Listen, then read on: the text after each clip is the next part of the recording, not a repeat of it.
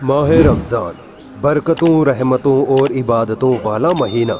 आज इसी पाक महीने के बारे में दिल खुश कर देने वाले फैक्ट्स बताने वाला हूँ, तो आखिर तक ज़रूर बने रहना। रमज़ान का इतिहास। दोस्तों, कई लोगों का मानना है कि रमज़ान के रोज़े मोहम्मद सल्लल्लाहु अलैहि वसल्लम के ज़माने से ही शुरू हुए थे, जबकि ऐसा नहीं है। मोहम्मद सल्लल्लाहु अलैहि वसल्लम से पहले के पैगंबरों के ज़माने में भी रोज़े रखे जाते थे। जैसा कि कुरान में इरशाद है, तुम पर रोजे फर्ज किए जाते हैं जैसा कि तुमसे पहले की उम्मतों पर फर्ज थे। आपको पता है मोहम्मद सल्लल्लाहु अलैहि वसल्लम की उम्मत यानी हम मुसलमानों पर रोजे कब लागू हुए थे?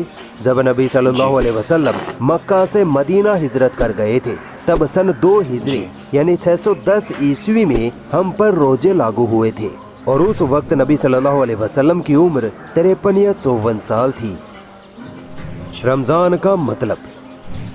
दोस्तों, रमज़ान इस्लामिक कैलेंडर के 9वें महीने का नाम है। इस पाक महीने में हर मुसलमान 29 या 30 दिनों के लगातार भूखे प्यासे रहकर रोजे रखता है। सुबह सूरज निकलने से पहले से लेकर शाम को सूरज डूबने तक तकरीबन 14 से 16 घंटे पूरी तरह से भूखे प्यासे, ना पानी की एक बूंद, ना ही खाने का एक लुकमा। सोचो ईमान के कितने मजबूत होते हैं मुसलमान।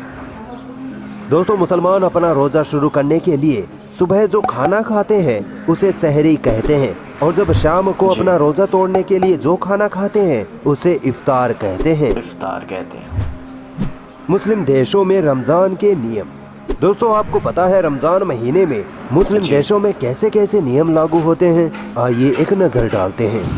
दोस्तों, सऊदी अरब में रमजान महीने में ये रूल्स लागू होते हैं कि कोई भी इंसान, चाहे वो मुसलमान हो या ना हो, पब्लिक में खाना पीना नहीं कर सकता, क्योंकि इससे रोजेदार लोगों को तकलीफ होती है।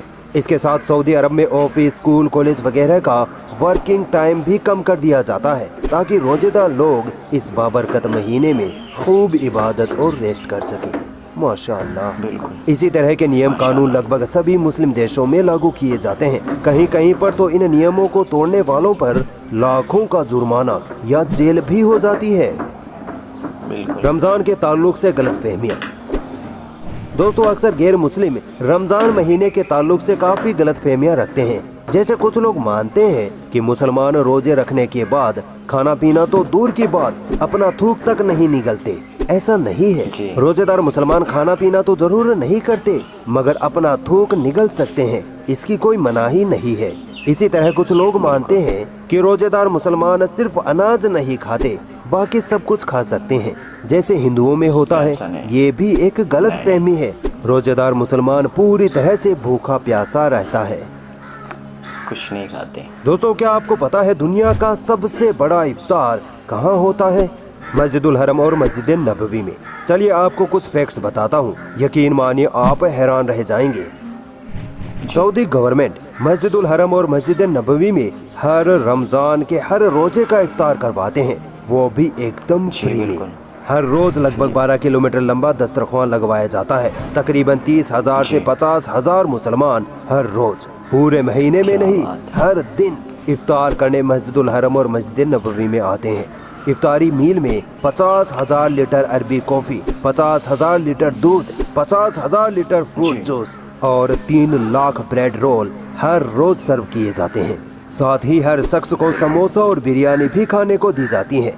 इतना ही नहीं, इस इफ्तारी में हर रोज 40 टन खजूरों का इस्तेमाल होता है। अगर इन खजूरों की गिनती की जाए तो वो 50 लाख खजूरें बनती हैं। हर रोज 1,30,000 लीटर जमजम पानी भी पीने को दिया जाता है। इसके अलावा 13,000 छोटे वाटर कूलरों में भी जमजम पानी भरकर रखा जाता है, ताकि कोई भी रोजेदार हरम शरीफ से प्यासा ना जा सके। आपको पता है हर दिन की इस इफ्तारी में खर्चा कितना आता है? तकरीबन 1 मिलियन सऊदी रियाल यानी 20 करोड़ रुपए हर रोज का खर्चा है।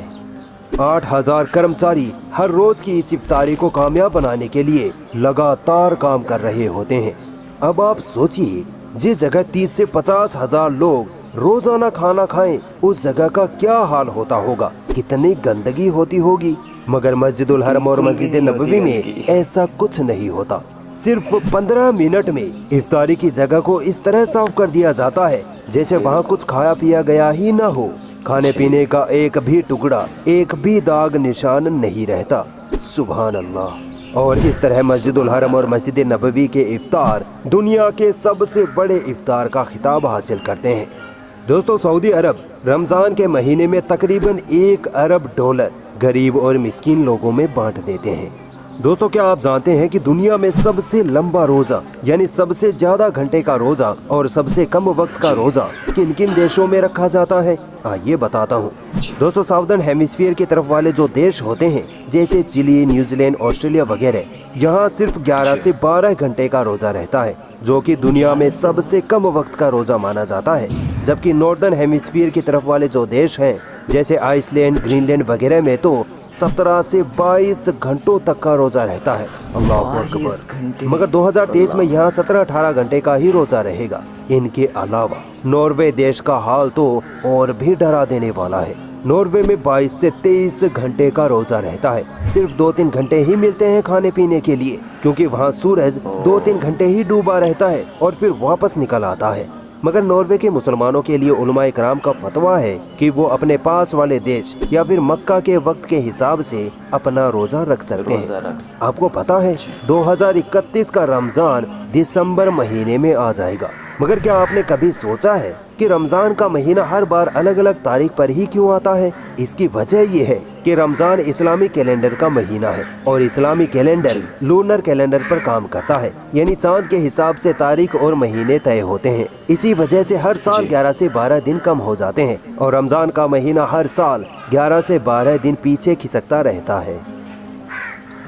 दोस्तों, रोजे रखने से हमारे शरीर में जो हेल्थ बेनिफिट्स होते हैं उन्हें जानकर आप हैरान रह जाएंगे। रोजे रखने से हमारे शरीर का वजन मेंटेन रहता है। कैंसर, पेट की बीमारियां, खून की बीमारियां, न जाने कितनी तरह की बीमारियां रोजे रखने से खत्म हो जाती हैं। रमजान का महीना हमारे शरीर के लिए एक वरदान है।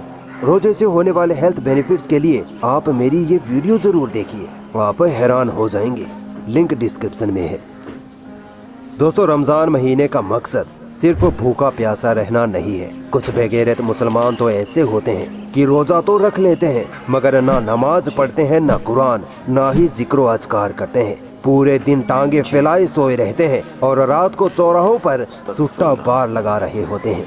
एक महीने क्या, पूरे साल भूखे प्यासे रहिए, अल्लाह को कोई ज़रूरत नहीं है ऐसे रोज़ों की। रमज़ान का असल मकसद भूखा प्यासा रहकर ज़्यादा से ज़्यादा अल्लाह की इबादत करना है। बिल्कुल। इस बार के रमज़ान में ये अहद करिए कि ना तो नमाज छूटने देंगे और ना ही तरावी छूटने देंगे, और कम से कम इस माह रमज़ान में एक कुरान तो ज़रूर मुकम्मल करेंगे इंशाअल्लाह। दोस्तों, इस वीडियो में इतना ही। दोस्तों, अगर ये वीडियो पसंद आई हो तो वीडियो को लाइक कर दो यार, और चैनल को सब्सक्राइब कर दो यार। आप लोग सब्सक्राइब ही नहीं करते हो। दोस्तों, चलिए मिलते हैं नेक्स्ट वीडियो में, तब तक के लिए अल्लाह हाफिज़।